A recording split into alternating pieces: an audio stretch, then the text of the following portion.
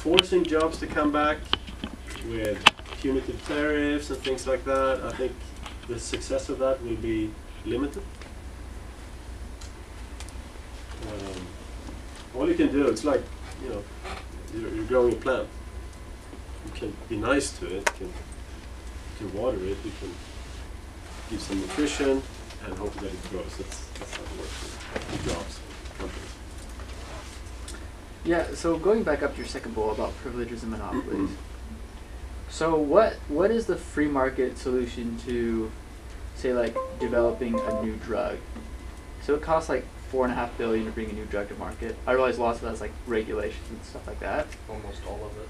Yeah, it's almost all of it. But and so when you have that kind of situation, and then they're granted a patent or whatever, sanctioned monopoly, right?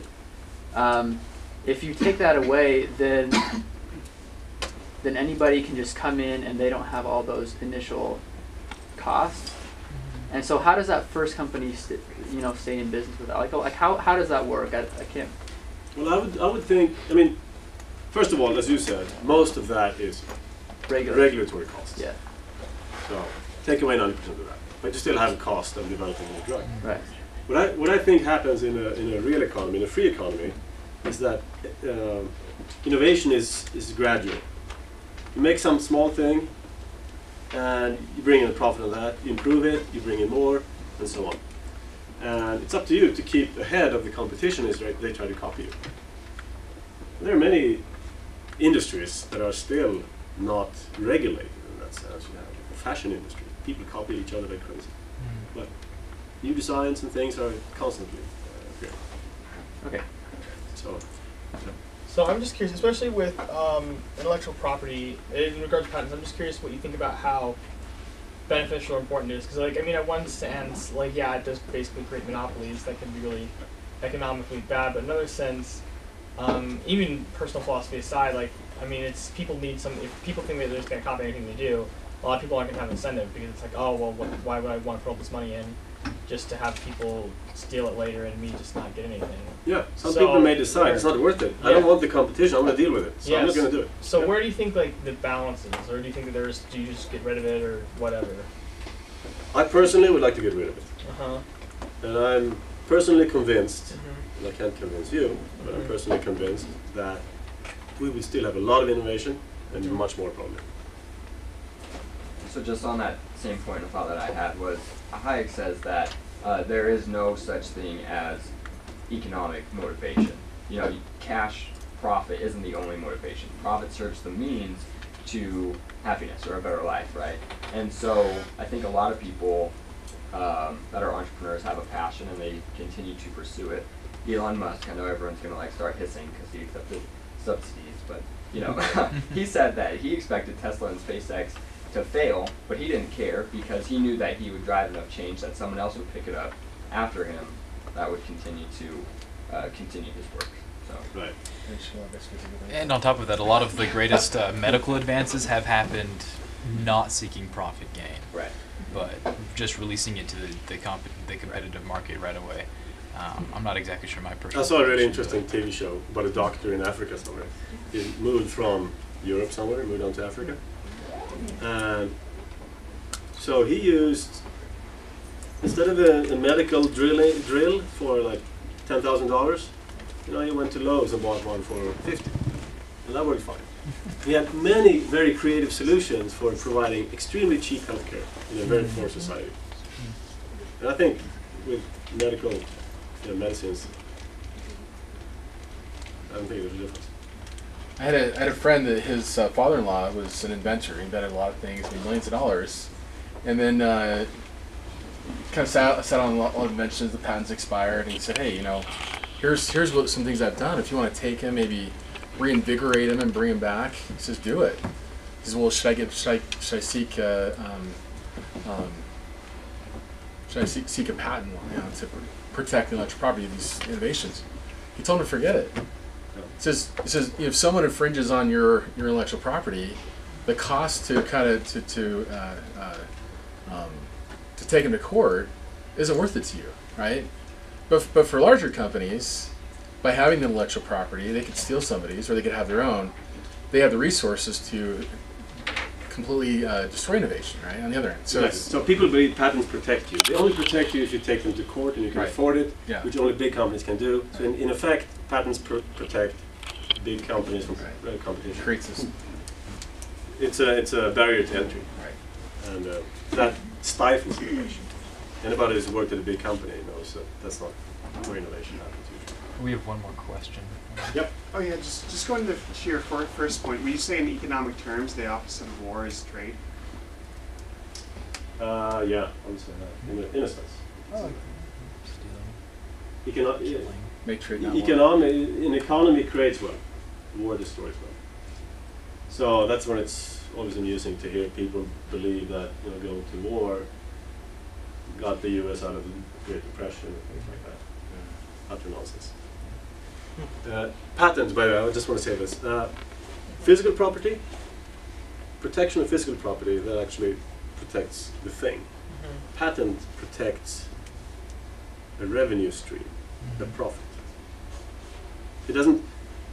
Protecting physical property makes sure that you have access and control to your things. With patents and intellectual property, it's not a physical thing that's protected, it's your income stream. Somebody says you have a right to a certain income. That's kind of an interesting law, guaranteeing you a certain income. So, remember the story of the pencil? Yes.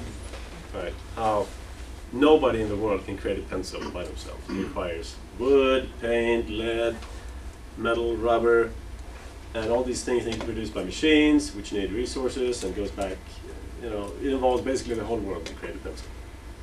And it goes back to, since the beginning of time. If we were to start from scratch today, with nothing, just our knowledge, but no capital, it would take years to build that capital back up. And if YouTube had worked, I would have shown you this, which is the story of the toaster.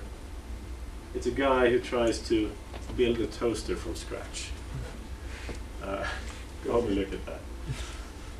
Have you seen the one of a guy that makes sandwich from scratch? Yeah.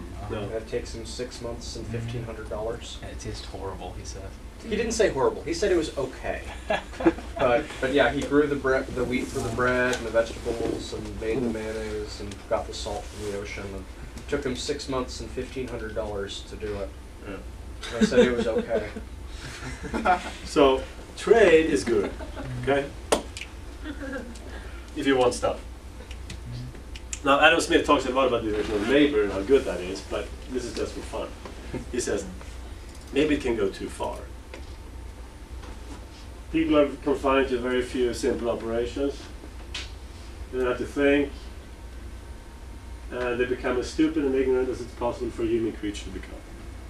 So he kind of proposes public schools as a remedy to too much. Although less public than we have now, because he did suggest that they pay teachers at some level. Okay, Like that's good. personally. Yeah. So, what happens to prices in a growing economy? Well, since we don't have money yet, let's think in terms of how much work we need to put in to buy something. How many hours of work do you need to put in to buy a pair of shoes? Minimum wage or average 2 hours. wage? Yeah. Less than a day probably, unless it's some fancy shoes. 1917, how many hours? Maybe a few days. In 1817, maybe a week, 2 weeks, a month. You wore those shoes for years and you fixed them, right? So, in terms of hours of work to buy things, stuff has become much cheaper. And that's a property of a growing economy, because our machines output much more stuff for a certain number of people, so it has to be cheaper and cheaper to buy them. Now when we look around, we don't really see that in every part of life. There are a few things where prices go down, like computers and electronics, but most things, prices go up. And of course, when we talk about money, it's no, I mean, you understand why, but we'll get more into that. But as economies grow, prices, things become cheaper, should become.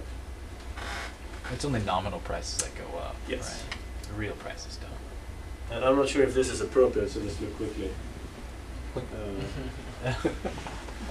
Yes, Good Friday and trade, everything does become cheaper.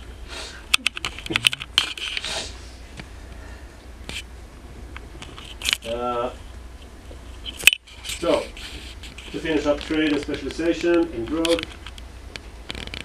anything that hampers trade will decrease growth.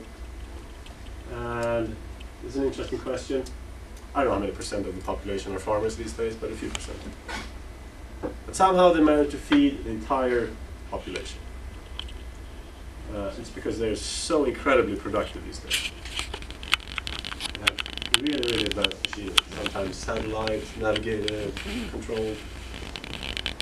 And somehow, in 99% of the population, the unemployed farmers, they also have something to do. So, with this growth, this production increase, we free people up from certain types of jobs so that they can create stuff for the next level of our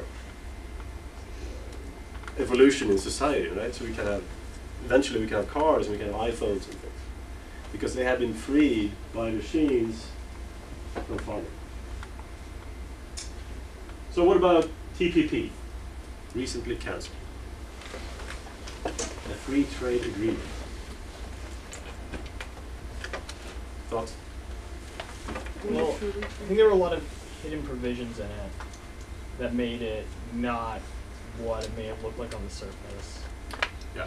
So I've never seen a free trade agreement that has anything to do with free trade. It's deals between politicians above the heads of the producers. And some producers are in the deals because they get special treatment. Usually, again, big producers with a lot of political power. Free trade, it's simply saying, okay, you want to trade in the US? Welcome. Sell your stuff, buy your stuff. Good luck. That's free trade. And you don't really need any bilateral agreement. You can do what I think Hong Kong did, said, this is a free trade zone, welcome. And the wealth just exploded. For me, like it's just concerning that TPP's been cut, considering I know that Trump's alternative is the opposite of free trade. Like his reasoning behind it is not what I mean. Ideally, we wouldn't have any free trade agreements, at all between governments. Free trade just happens. Yeah. However, we all know it's coming, because of the exit. But on that front though too, it's like the current systems. For example, I was going to import nails for framing.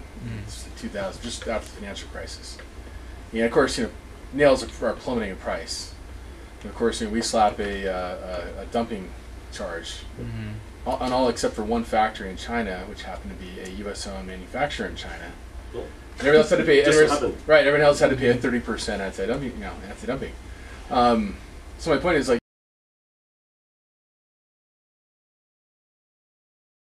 flat tariff and everyone had an equal shot, it's going to be better than what we currently have, right?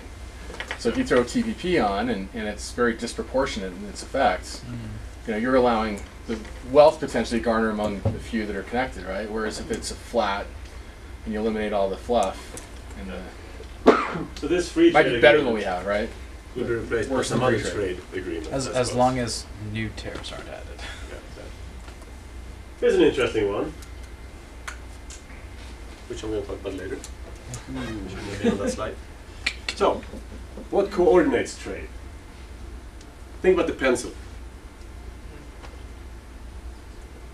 All these things. Nobody knows how it works, but it works. There's just some trading routes between ports. And within these countries, there's trade going on. Between individuals, there's trade going on. There's a gazillion trades being done every day. How is it controlled? This is anarchy. Why isn't it chaos? Why is it ordered? Spontaneous order? Yeah, well, what does that mean? That's comparative Sounds good, advantage. but what does it mean? There's Comparative a mechanism here that controls all this. Prices and profits. You make a profit. What does that say? It says you are using resources economically to serve your fellow man.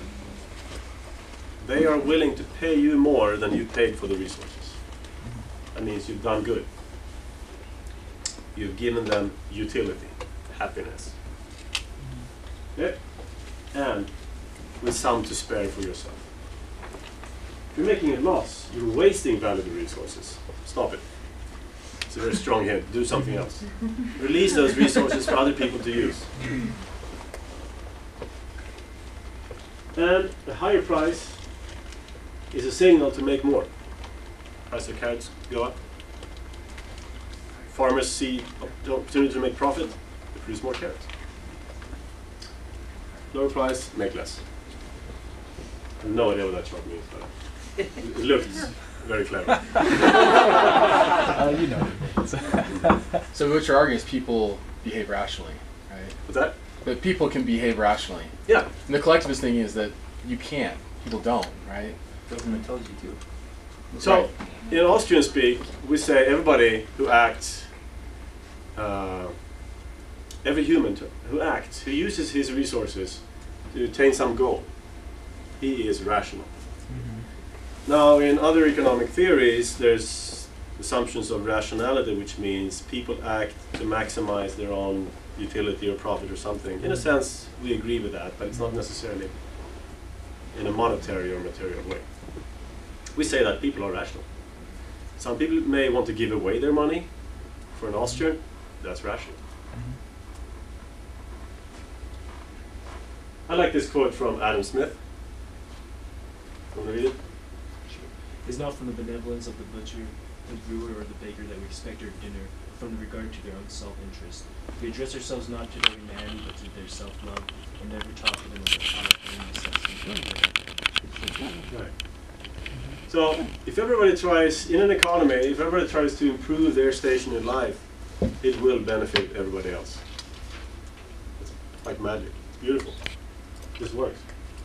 And nobody needs to understand and coordinate all these things. It just works. There's a butcher, by the way. So, we should emphasize this one. It's not from the benevolence of the butcher. It's from his profit seeking. And I'm sure he likes his customers too. Probably likes them. So, prices and profits make trade work. They allocate resources. Carrots price up.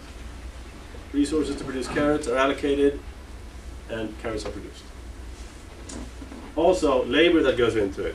More land is taken into use for producing carrots. More labor, more farmers, more capital for producing carrots.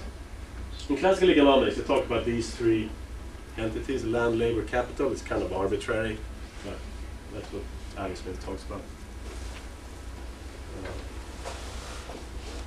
And nobody needs to understand it all. This is recycling. Does it make sense? Well, sometimes. Yeah. Metals. How do we know if it makes sense? Does it have a profit?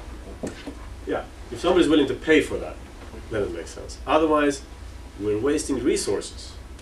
Maybe we're wasting gas for the trucks that pick up trash. Or doing some kind of waste. We may actually be doing more damage to the planet by having governments run these types of programs. If there was profit to be made, somebody would do it, and that would mean we're using the resources effectively. No, I'm not a failure. This is from Wikipedia. It's a situation in which the allocation of goods and services is not efficient. So there's a better way of allocating resources. Now, as Austrians, we say, market is good enough, and nobody knows a better way to allocate resources than by using prices and profits. It's the best we can do. A lot of economists these days spend time looking for market imperfections and market failures. And when they found one, they write a paper, or a book, go to conferences, or propose policy, and we're burdened with yet another law. But it's a good way to make a living, looking for market failures. I actually went to a different class on this campus. It was in political science. I talked about liberty, and I talked about economics. And afterwards, I asked the professor what the students say after I left. Oh, it was all very interesting. But they all agreed that it wouldn't work because of market failure. So this is what people are taught. They're taught to believe that market failure is a thing, and that we need very wise politicians to help us, save us from market failure. So this is what happens when you mess with prices. Hiroshima today, Detroit today. Prices they mess with other prices, but housing, for example, rent control. This is actually a meme. You may have seen this as a meme on the internet. And there's a fact-checking group called Snopes. They debunk this. This is Snopes.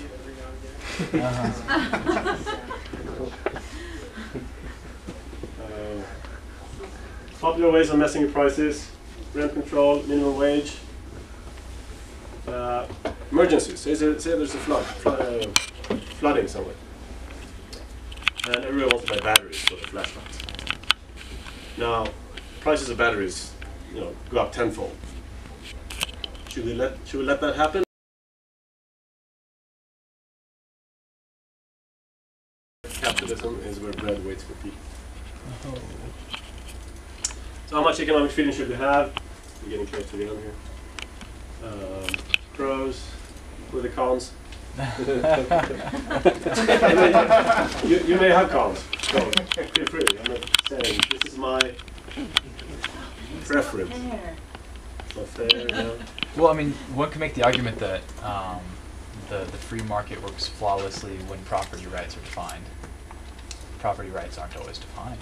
Yeah. There are plenty of cases where property rights just aren't defined, and I guess we should try to define them, but there are also cases where we can't possibly define them. Yeah. And I mean, there's a pretty reasonable argument, I think, for externalities in those cases, like if property rights can't possibly be defined, like air. There are some times where things just don't work nicely because nobody owns air. Yeah. I guess that's, I don't know. How is, just curious, how is spirituality a benefit? Have you seen the pyramid of needs? What's it called? Maslow? Maslow's pyramid of needs. First, you need to eat. You need to be warm. You need to eat. You need love. Then you can start being spiritual, and you can start creating art, and start science, and things like that. But there may be, I don't think there are advantages to full economic freedom. Some other people may think that we shouldn't have this much stuff. It's bad for us in some ways. So I was just going to say, I don't, a completely free, liberal, in the true sense of the word, an open society isn't going to be perfect, but it's a bazillion times better than a centrally planned, society. Yeah, perfect. In whose opinion? Well, your own opinion. You get to define that for yourself. Yeah. In a centrally planned society, you can't define it for yourself. It's whoever has that monopoly that gets to define what's good. Exactly. So, in Austrian Economics, we talk about subjectivism. Values are subjective. We can't say the economy isn't perfect. We can't say, because it may be perfect for me. This is a perfect economy for me. Maybe not someone else. Okay, almost done. Last slide. This is where classical economics breaks down. Why we need to move on to the next lecture. So, prices are all good. They control trade. They're signal, they're the nervous system of the free market, connecting consumers with producers, and producers with other producers, and so on. How do they arise?